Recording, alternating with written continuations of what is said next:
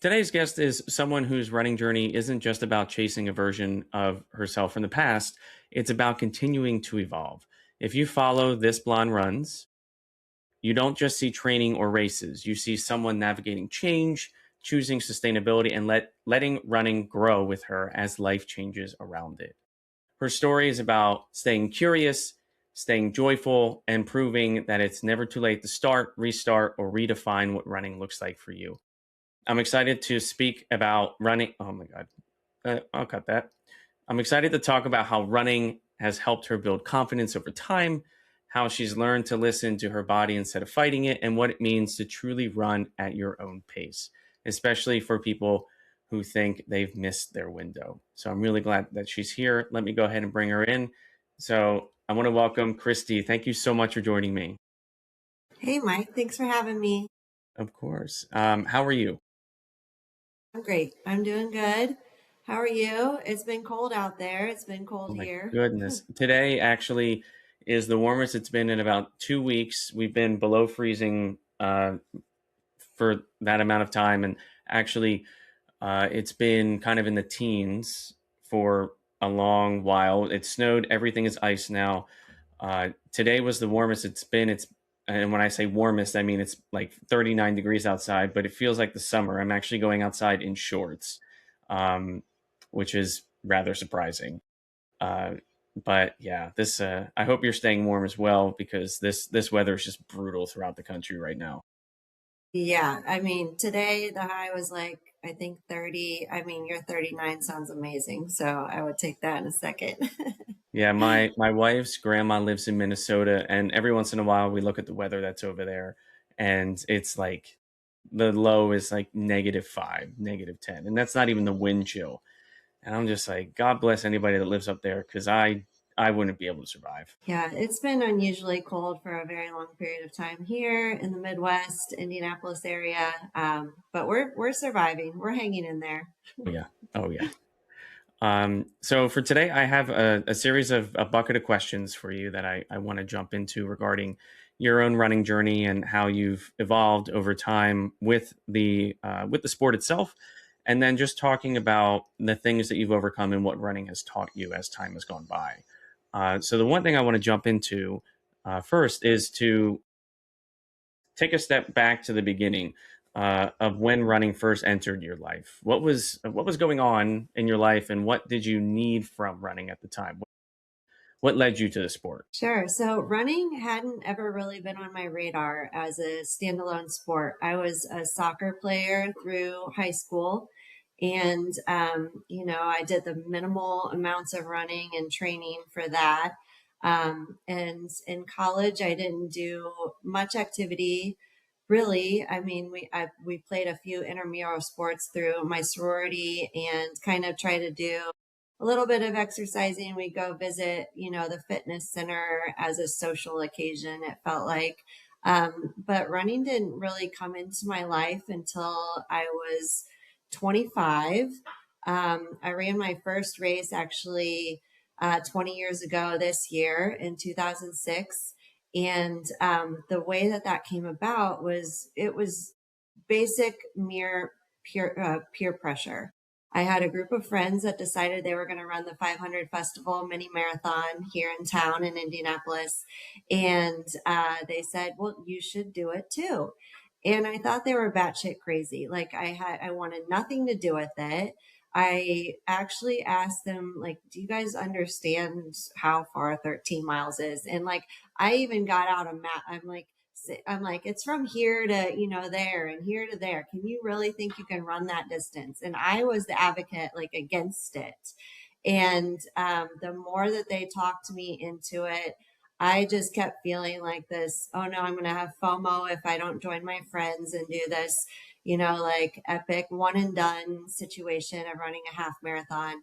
And once we crossed that finish line in with the little training that I even did, it still sparked something inside me that I knew I was going to foster and I was going to let grow as much as it could, and something that I felt like truly could be something that could continue through my life, like even just from that very first finish line.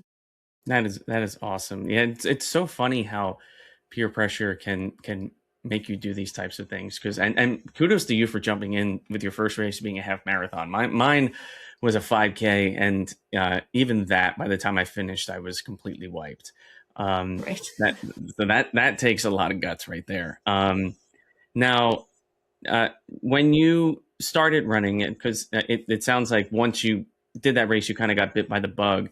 Did you immediately feel like this is for me, like running is for me, or did you have to grow into the sport slowly? I had to grow into the understanding of what it could be, if that kind of makes sense. I guess what I mean is I love that finish line feeling, but the race, all and up until those last 10 seconds of crossing the finish line, it was miserable. So I clearly knew that there was more to it and more that I needed to dig in. And I was very anxious to discover that, though. Like, it opened the door to say, maybe there is something here. Maybe there's more. Maybe you can learn how to give more. Maybe you can learn how this can, help you, just in general with life. I mean, because once you accomplish something hard that you didn't necessarily think that you could set out to do, and then you do it, it's like, oh, well, what else is out there? Those limits that we think we have, and then we finally surpass them, is just Exactly. like my favorite thing when it comes to these races is standing on the sidelines and watching those people cross the finish line, because the amount of, it's not even joy. It's just the feeling of I can't, like disbelief of I can't believe I did this. And it, like, I have goosebumps right now just thinking about it, because that's one of my favorite things to see. Is like, I don't care necessarily who wins a race, and I don't care what your pace is or what your finish time is. It's, as you pointed out, it's the struggle to get to that finish line. Because I agree with you. Um, I always tell this story because it's really funny. But my wife ran her first 5K in 2022. There's a race the day before the New York City Marathon, and she wanted to sign up for it because you run across the finish line. And I finished, and I waited for her at the finish line. And when she crossed, I have a picture of her with her like arms up in the air, like she's just like praying, like thank God. And she said to me, uh, I loved crossing the finish line. It was everything before that I hated. Um, so I feel you on that feeling, and how running can definitely become a stronger part of your life besides just the sport itself. Um, and what did early running give you that you weren't getting anywhere else? Well, early on, like those first few races, and maybe that first couple of years, it was truly something that I was like a little bit selfish about. It was about, oh, I can better my time. Oh, I can, run more miles within the week. And there was some, superficial things about it too. It's like, oh, well, I ran X amount of miles, like I can eat X amount of calories. And that was, fun. Like in your mid 20s, you kind of start to realize that your metabolism isn't going to be the same that it always was. And so this kind of like bridged a little bit of a gap. And so very early on, it was more like superficial and just the surface level. I guess I could say, for what now I completely understand and believe that running is and can be for people.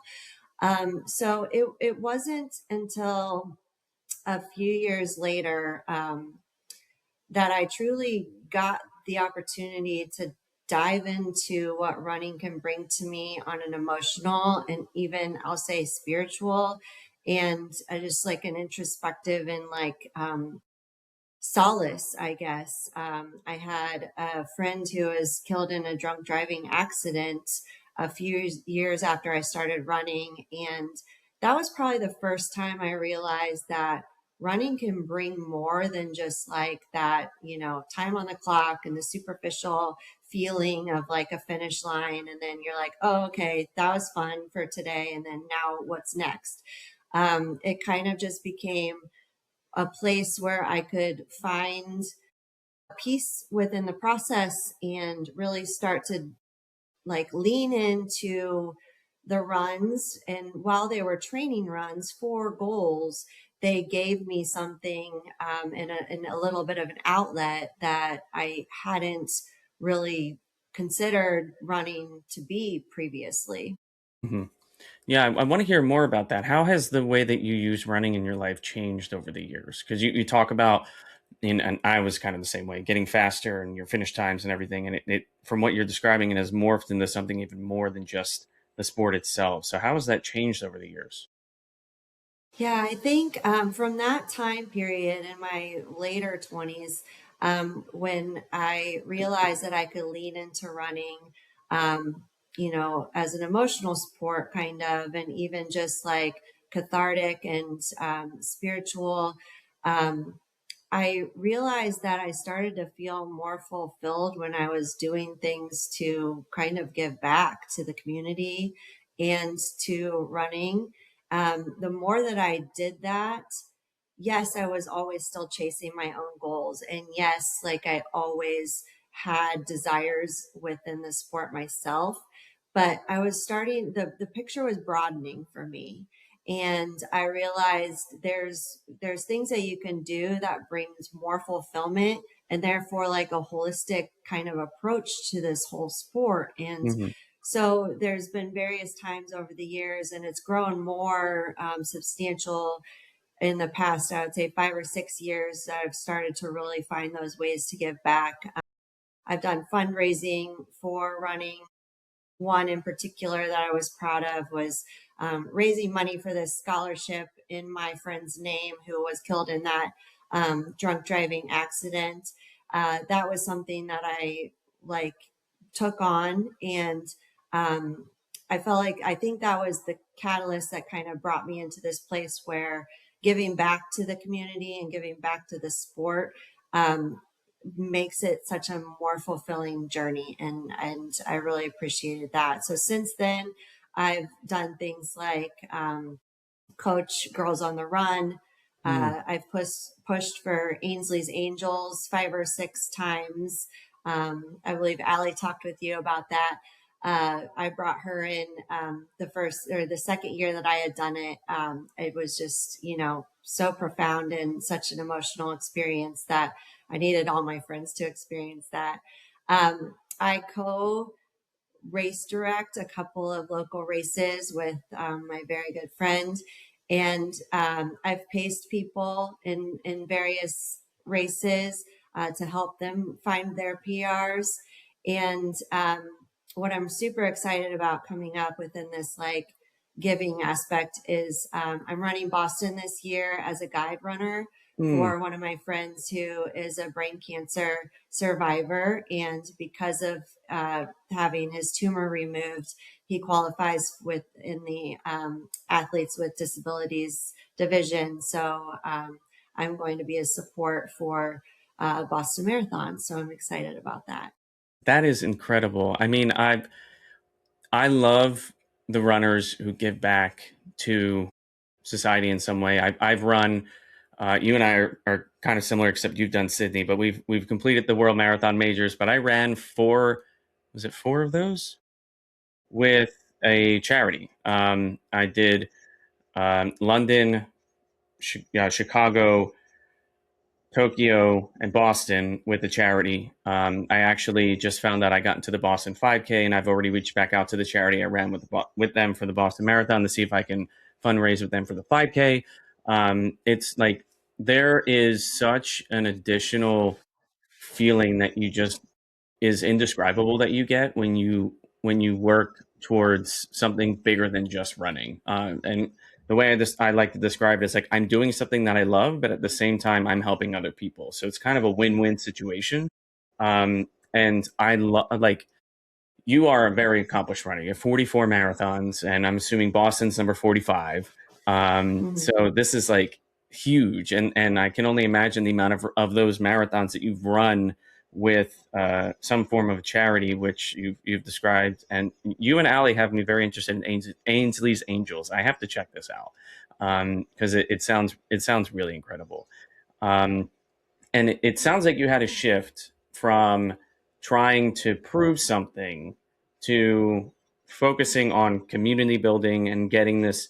I like how you say spiritual, because it really is something that you get um, from running that is so much bigger than just getting stronger or becoming more fit. Um, hold on, there's something going on with the sound.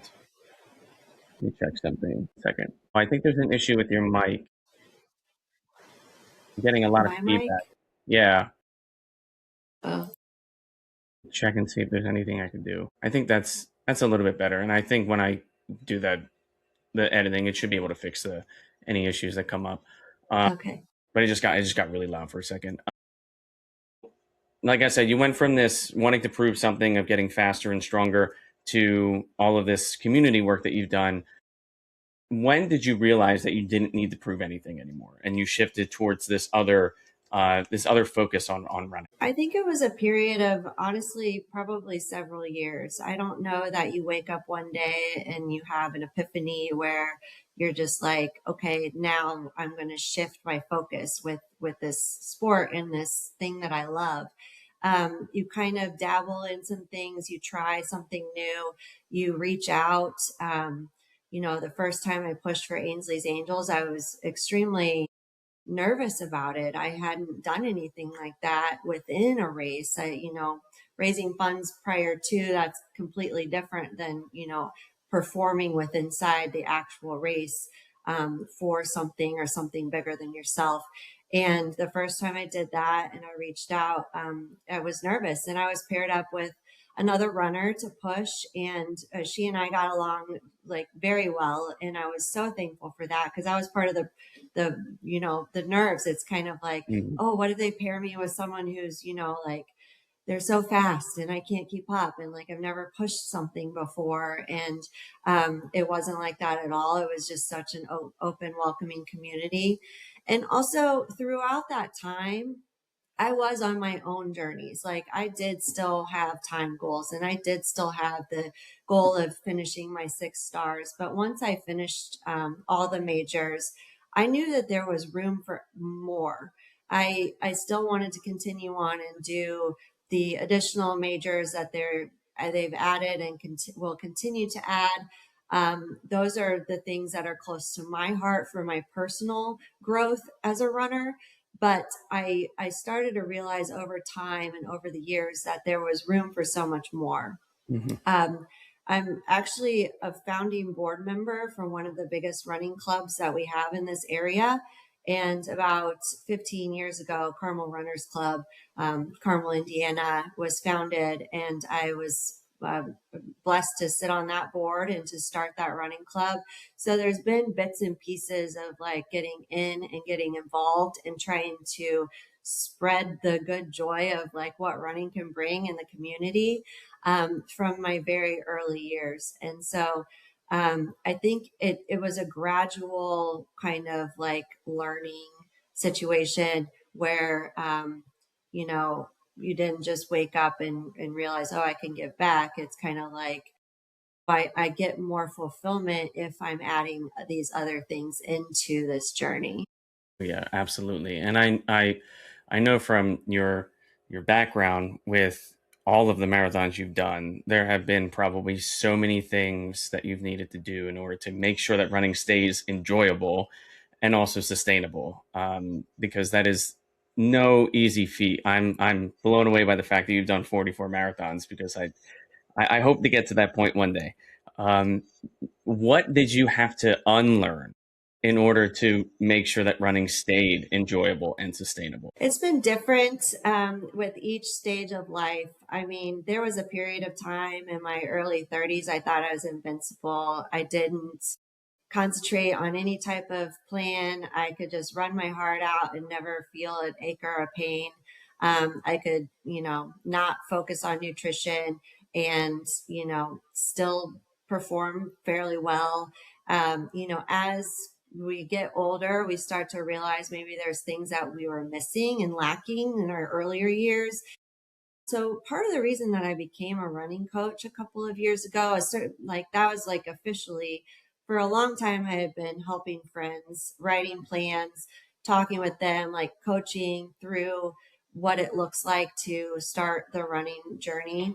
But officially, one of the reasons why I decided to become a coach is because I thought, you know, now, I mean, there's a lot of information out there, almost too much.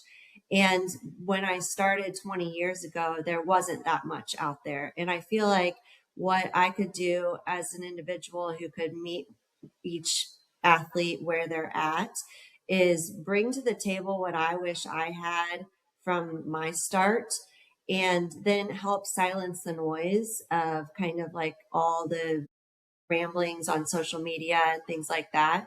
And kind of just help people dial in what it looks like to have a sustainable relationship with the sport of running, like for as long as you want.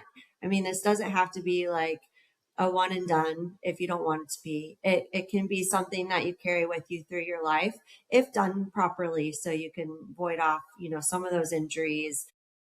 Sometimes things are you can't help, but for the most part, I try my best to bring to the table a way that you can approach training as a lifestyle that fits in with whatever else you've got going on.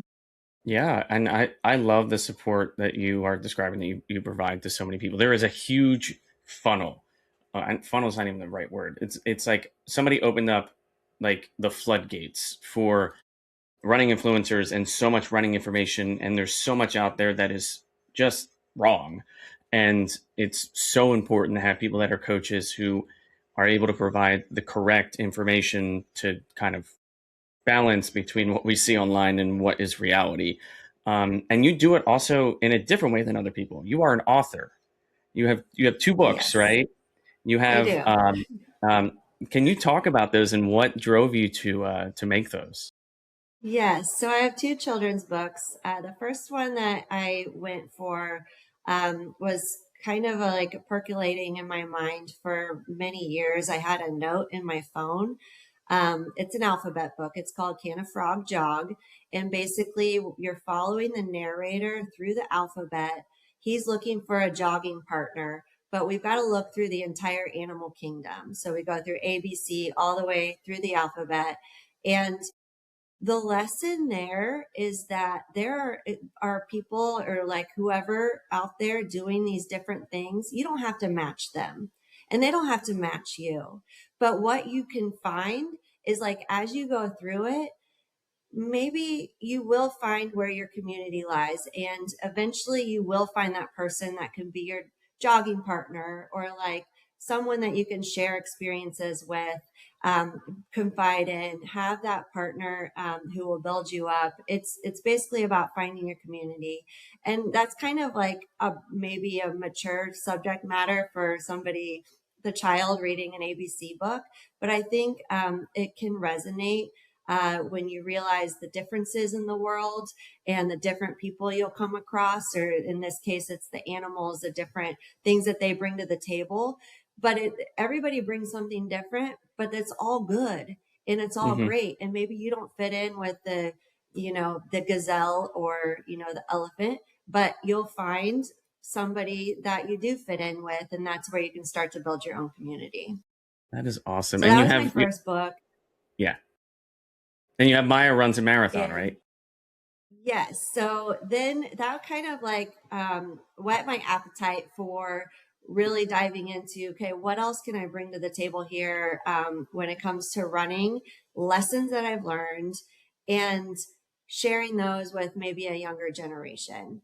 So, of course, we're not going to find small children that are like these amazing endurance athletes. But I think that the lessons that we've all learned this late in life, when we all, most of us started our journey, kind of in later 20s, 30s, 40s, 50s, even, we're finding these lessons about believing in yourself, trying hard things, don't give up, continue to show up. And Maya runs a marathon, brings us to the table and brings us to the forefront.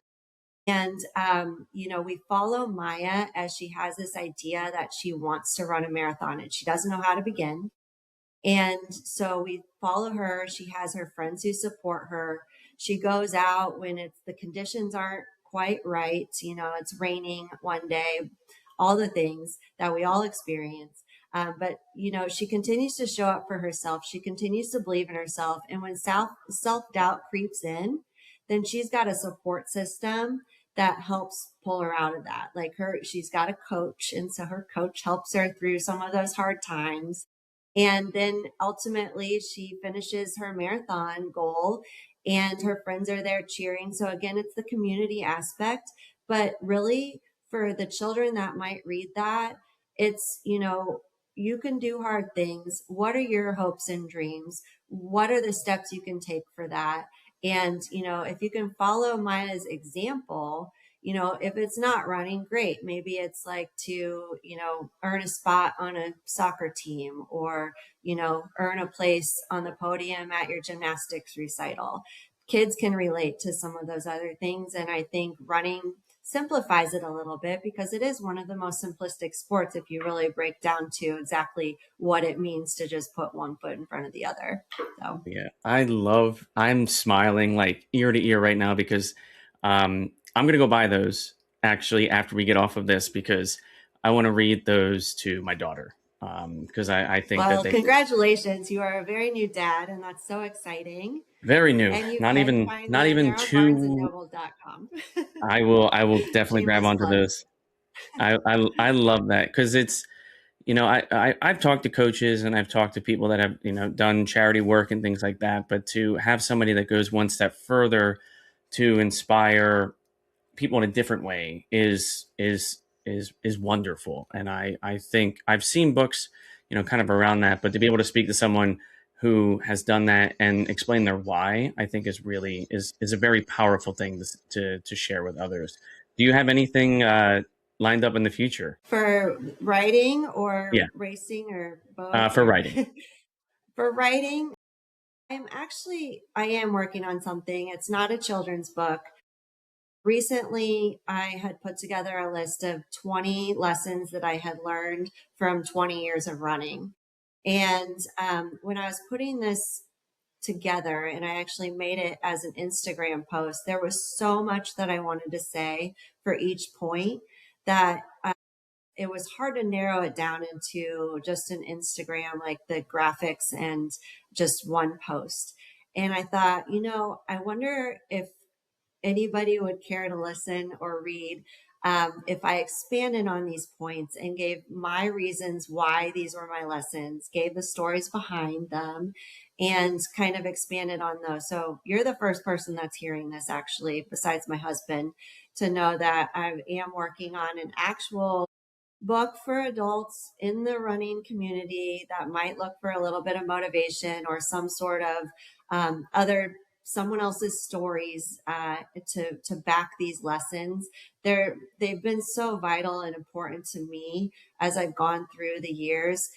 Lessons in running, as you know, you don't learn them once, like Hmm. you revisit them and you get reminded of them if you happen to forget. And they always are there.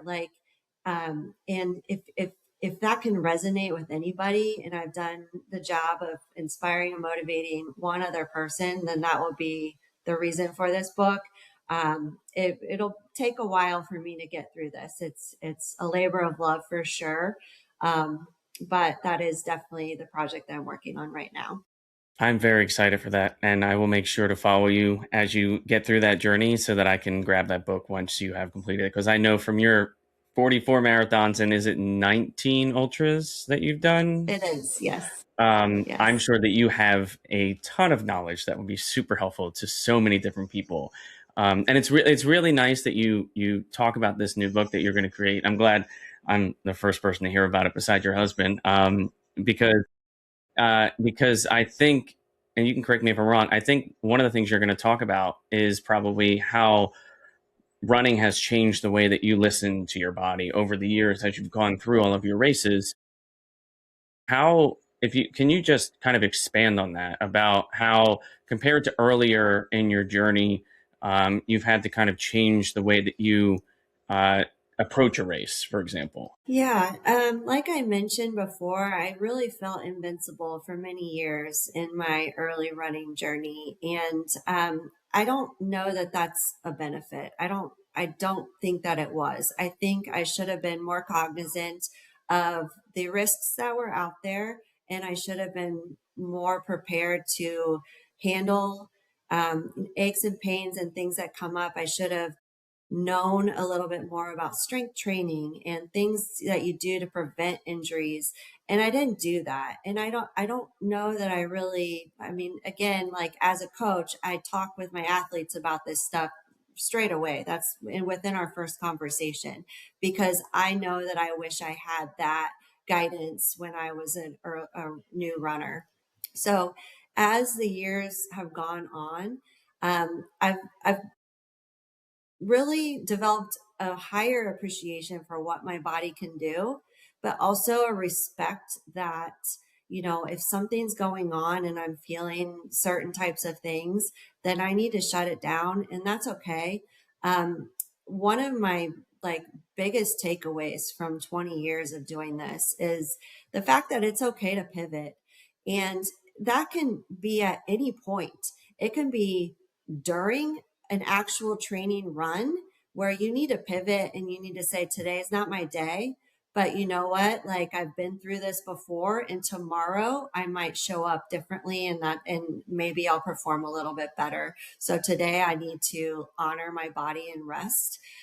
You can pivot within the entire training cycle. Like if an illness or an injury comes up and several weeks have been derailed, then let's pivot and look at what does that mean for our goals, Mm. and how can we adjust those so there's still something that we're excited about. You can even pivot in the middle of a race. Don't get to the point where you feel like you need to throw in the towel completely. Have various goals and have reasons that you're even out there. That helps to fuel it. And like, you can get back on track. Maybe it's not your A goal, that ends up being if you have to pivot in the middle of the race because something comes up, but like a different type of goal, or like your B goal, or like even just a goal of like, hey, I've been through some hard things. Just getting to the finish line today is going to be my success story. So one of the biggest lessons that I've learned in 20 years is like, do not be afraid to pivot, and don't limit yourself from doing so. It doesn't mean that you're weaker. It actually shows your strength, that you can figure out what's going on in the moment and then adjust accordingly. And so as a coach, I help my runners do that. I've been told by one of my athletes very recently that he's likened me to even a life coach in a sense, where we kind of talk through, like, he's had some injuries and some things. And it's so like, what does that look like? How can we pick ourselves up from here? And I'm in your corner, and I'm going to Mhm. be cheering you on, and we're going to figure this out together. And to adjust those goals and expectations and pivot towards something a little slightly different or even completely different is 100% okay. I agree with you, and I cannot stress how many times during a race I've had to quickly pivot from plan A, B, C, D, all the way to just get to the finish line, because it's it our ego can get the best of us at times. But I really like that you said it doesn't make you weak when you make these decisions, because you're being smart. And I think a lot of people forget that when we train for these races, it's not about training hard, which obviously we do in some sense when it comes to different types of runs that we have, but training in a way that we are able to understand kind of all of the different nuances that can come up during a race and be able to make, as you pointed out, make that pivot. Because if we can't do that, then you're looking easily at a DNF, Right. because you just decide, I'm going to give up. Is there a race that comes to mind for you where you've had to do this? Yeah, I mean, after 44 marathons and 19 ultra marathons, there are several that come up in my head. I will say probably the most recent situation I was in for that happened to be this past September at Prairie on Fire Backyard Ultra. I had gone in with a very big goal. For those that don't know, a Backyard Ultra is running 4.16 miles on the hour every hour until there are no more people doing that. And so it's kind of like mind boggling. They go for days. You go through the night, you never stop until you decide to stop.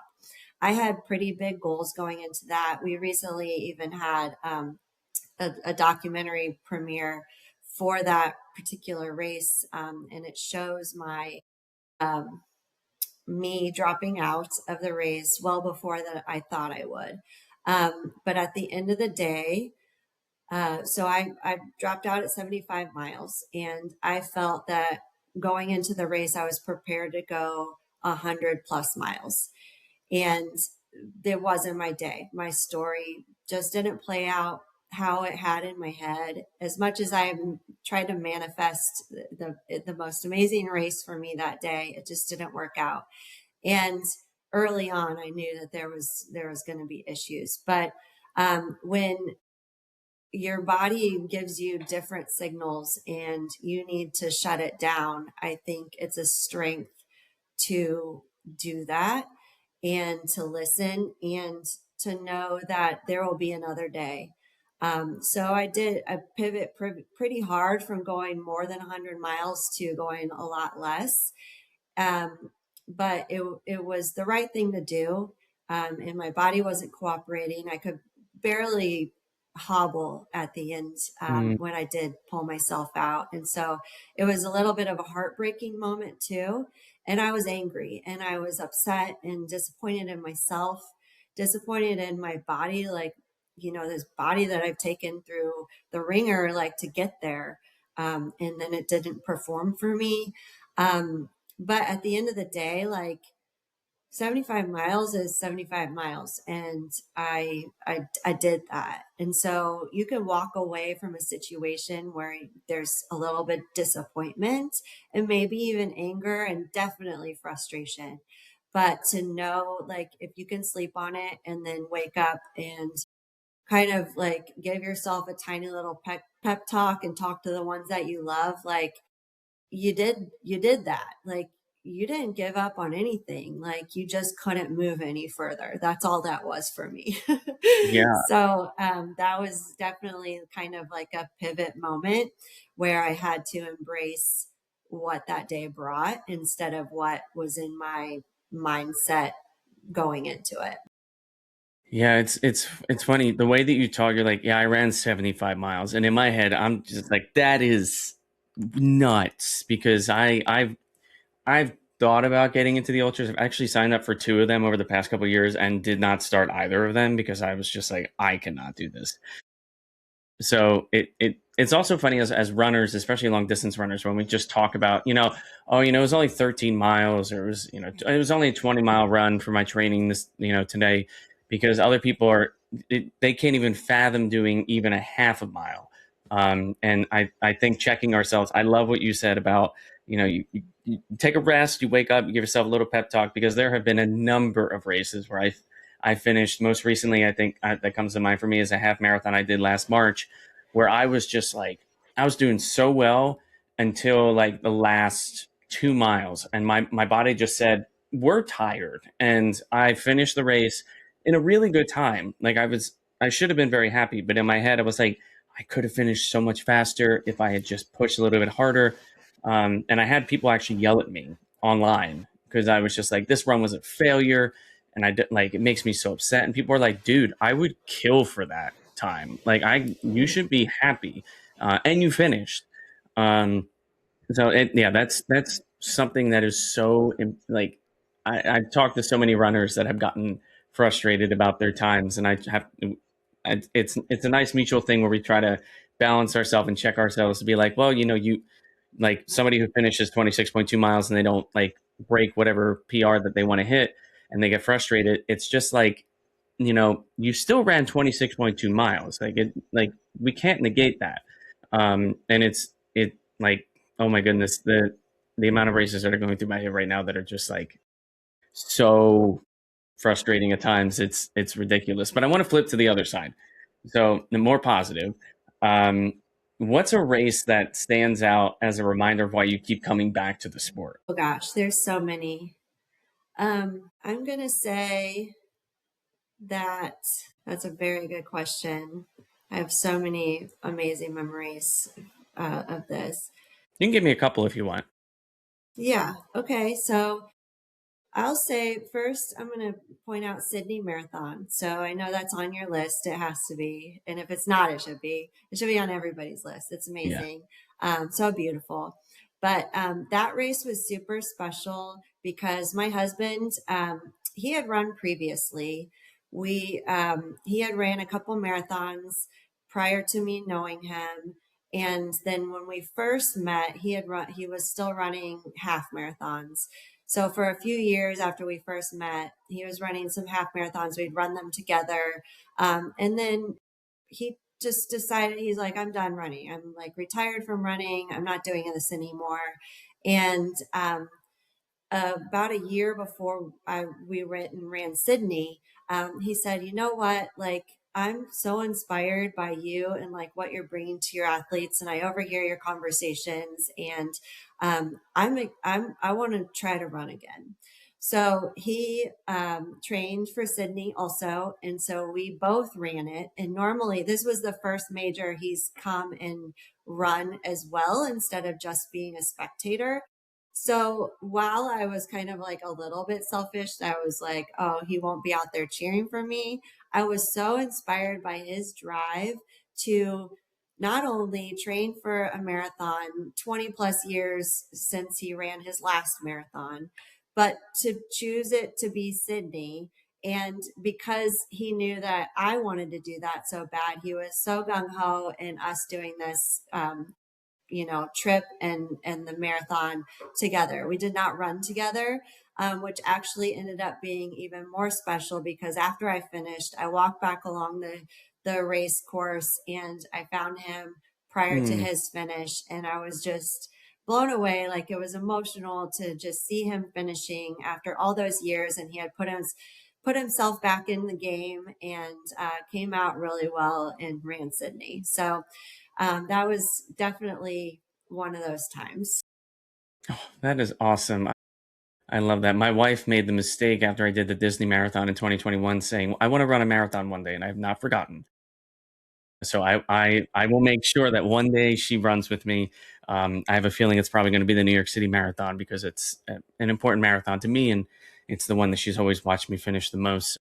I love hearing that story because it gives me hope that I'll be able to get my wife into running because she does not like to run. But that's wonderful, and I can't even imagine just like finishing and then seeing your husband on the course and cheering him on, because that's just such. It's like a 180 moment because it's you're used to him looking cheering you on, and now you're able to cheer him on, and I can't even imagine the emotions that are probably running through both of you when that happened because Absolutely. it's that Yeah, sounds it was that very special. Yeah. And the same actually happened. We just ran CIM in December, and I was able to find him on the course again and cheer him on. I'm like starting to love this little tradition that we have, like where I can find him as he's finishing and like give him the support that he gave me for so many years. that's wonderful. Do you guys have another marathon lined up? We do actually. So, well, I already told you I'm running Boston. He'll be out there to cheer for me and our friend Jason. But we are running Cape Town in May, both of Wow, us. that's Yes. awesome. Hopefully it's good this year because Oh last my year gosh, it I know. got Yeah. canceled. So I A little fingers bit crossed for nervous you with about that. that. That is Yeah. that is awesome. Well, they Um, changed the time of year. So hopefully it being in May, maybe some of those same weather situations aren't as prevalent. I can only hope because it would be a real bummer to travel that far and have it canceled. oh my God, I felt so bad for all those people that went to Oh South my Africa gosh. and it got canceled. Oh my goodness. But yeah, fingers crossed, everything's gonna be fine. It's different time of year. Weather's gonna be great. I'll make sure to cheer both of you on when you run that race because that is Thank awesome. you. Are you Yes, gonna do Shanghai after that? we will. Yeah. Yes. I think you can see this pattern that I've got. Hmm. So not only is it been really fun to continue on the Marathon Majors journey, but my ultimate goal is to finish all seven continents. So we're on that track. We ran Rome last year because he hadn't had a European race yet. And then when we run Shanghai, that will be his Asian race, even though I've done Tokyo, but I'll still do that because I really enjoy continuing on this marathon majors and even the candidate races, like checking those out. So that's kind of like where we're at for that. That is awesome. You're going to try to help him complete his 6 star journey? I don't know that he really needs the 6 stars. He's not expressed that. I think he likes the idea of the 7 continents, though. So I think when it comes to our time, we're saving Antarctica for last. So when it comes to that, then we'll both finish there together as 7 continents club members. So Love that. That is so awesome. Um, so you are a wealth of not just knowledge but inspiration for so many people online and the people that you coach in person. Um, there might be some people listening who are thinking, based off of your story and what you've been able to accomplish, that maybe I could do this, but I'm not sure. I don't whether it's the knowledge or maybe they feel self-conscious about their body or things like that. What do you wish they understood before they ever worry about things like pace or distance? I think you have to be open to really embracing and figuring out your own way to love the journey, because race day is one day, but the journey can be your entire, year. It could be your life. It could be whatever you make it to be. You have to enjoy those small steps in between to really make it as fulfilling as it can be. And look at the bigger picture, right? Like, so, okay, we talked about, yes, getting goal times is great, but if you need to pivot, if you need to adjust things, and also don't be afraid to ask for help. Like, find a coach that you relate with, or find that community, whether it's online, or so many running clubs are popping up all over the place, like they continue to.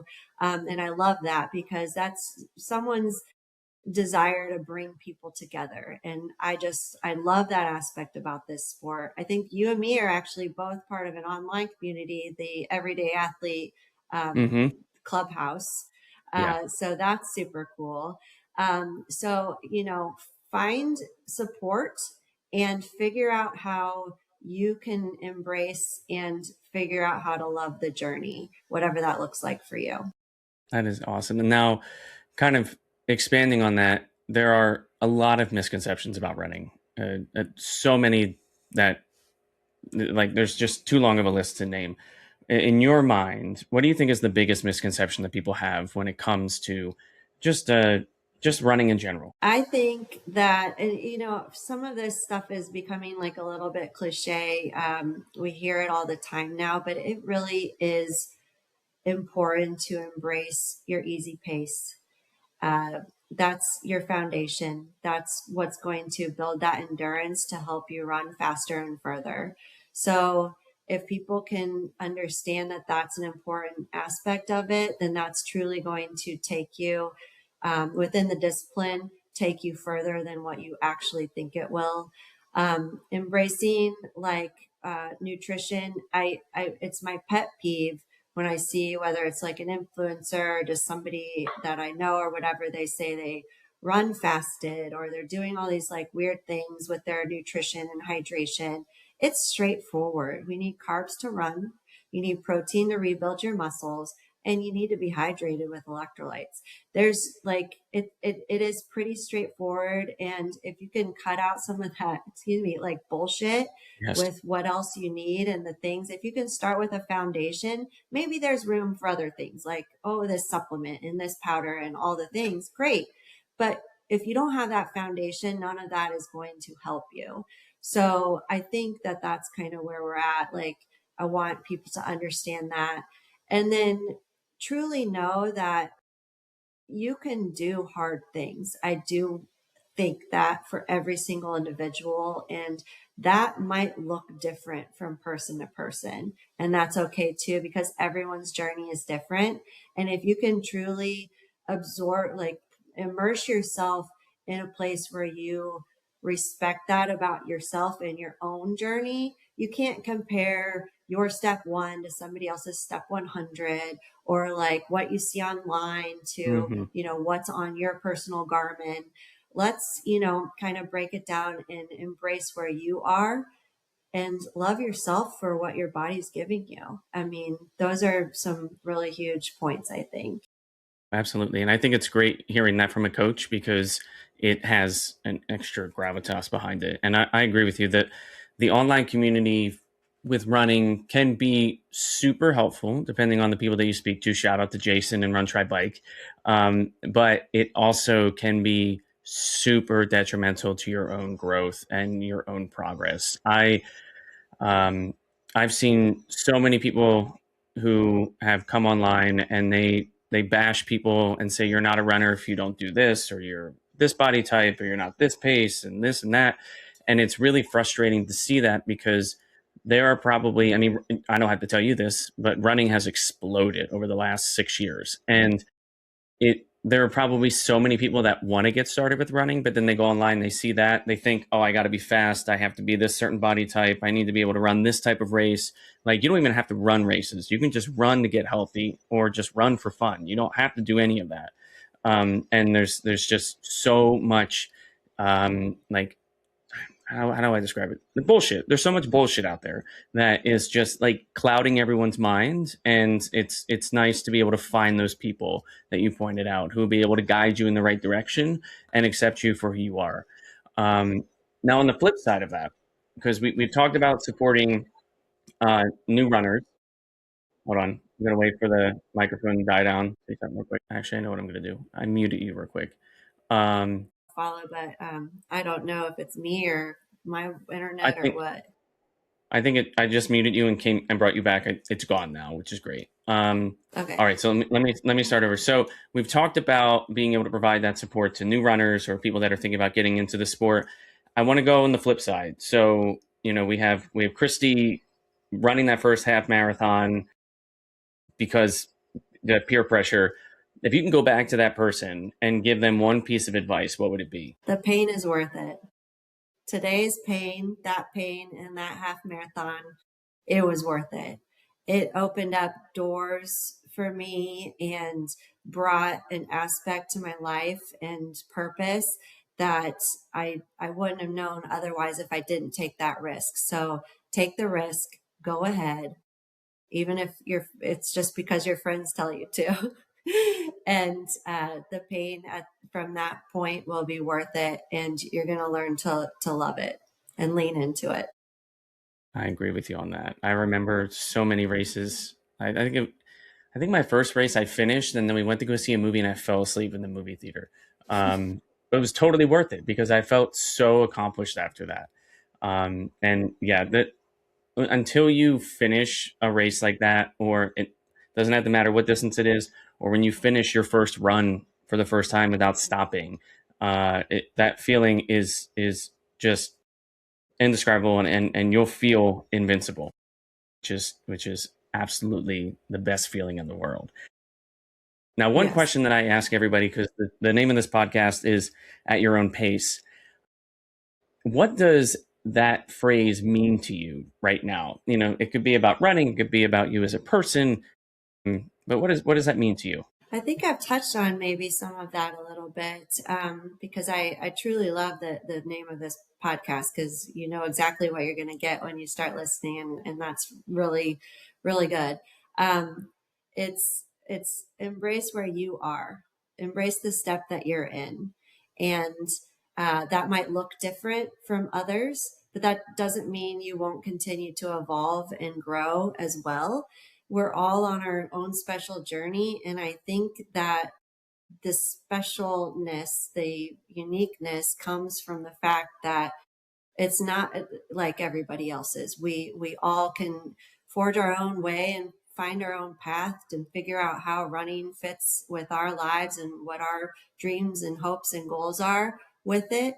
And all of that is good. And it doesn't have to look like somebody else's. I agree with you 100% on that. So now let me bring over my list of questions. So this next round of questions, what I call the hot seat. These are questions that I ask everybody. These are just very quick, rapid fire questions. Don't even think about what your answer should be. Just give me first thing that comes to mind. So we'll start with trail or road. Right now, road. I'll say road. What is your favorite running shoe brand right now? A6 always. I agree with you on that. Are you an early alarm or late run person? Early, early. Oh, God bless you. I hate running in the morning. I can't wake up. Well, now that I have a daughter, I'm up every day at 7, which is just blows my mind. Um, when you run for your long runs, do you run them solo or with others? Solo. Yeah. What is your favorite post marathon meal? Hardly anything can top a deep dish Chicago style after Chicago Marathon. Ooh, I've actually never had deep dish pizza, Oh my and gosh. I'll be back Well, in you need to get Chicago out in New this York year. and go back to Chicago and run that one again to get some deep I'll dish be there. I'll be there afterwards. in October, and I'll make sure that I get it this time because we tried to go Okay. back. So I ran Chicago in 2022, and we fell in love with this Italian restaurant. We couldn't stop talking about it. And then when I found out that I got in last year, we were like, we have to go back, and we did, and it was not as good as it was before. So we were very upset. So Oh, this year that's a we're bummer. gonna have to figure out where we're gonna go. But I will make sure that I have a deep dish pizza this time. I actually love Portillo's because like Okay. staple hot dogs is so good with what they give you. Now, for your easy runs, do you prefer music, podcast, or silence? Silence. I am a zero headphones person. Wow. Oh my goodness. Have you always been like that? It was early on. I don't know. It's been at least 15 or 16 years ago. Um, I forgot my headphones one day and I didn't even realize it till I was 3 or 4 miles into the run. And I kind of was like, wait a second. I didn't have my headphones in. I was like, I actually really like this. And I never put them back in after that. Wow. I give so much credit to people who run with no headphones because I just can't. Like I need the cadence. And my music is so like bombastic to get me pumped up. Um and it wow. I don't want to be alone with my thoughts because I can just ruminate over and over and over again on something and worry about like, am I doing this right? Is this what's happening at home? What's happening at work? So oh my God. So much power to you on that. That's crazy. 15 years. Um, what's the one piece of running gear that you can't live without and you can't say your shoes? It would be my watch for sure. And then I think I probably know the answer to this, but what is your dream race?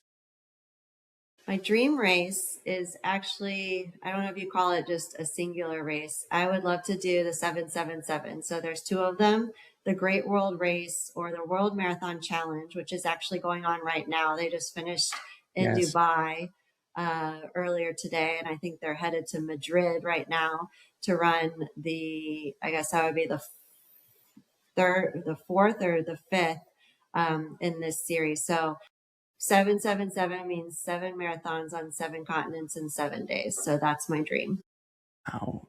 And if you could run those races with anyone, living or dead, who would that be? Wow, that's a really good question, too. I think I'm going to throw this back to saying, bring my husband back into this again. I think with the amount of support that he's given me through starting this coaching career and him picking this back up and all of that, I think that would be just one of the most epic adventures that we could do together. I don't know that anything could ever top that. That would be such an epic comeback for somebody who just came back to marathon running after 20 years. I agree with you on that. That would be, I will say he has zero interest in it. I already know that. But if he did, that would be my choice of person. I love it. Those are actually all the questions that I have for you today, Christy. I really want to thank you for sharing your story today, your inspiration from all of the work that you do with the community, from charity work to your authorship with being able to inspire, young girls all the way up, is something that I think is so paramount to the running community as a whole. Both from what you post online and also the coaching that you do as well. And if you are not, I'm sorry, if you are listening and you do not follow Christy already, her username is This Blonde Runs with an underscore in between each word. So make sure you go check her out. Her journey is such a reminder that running, it does not have an expiration date.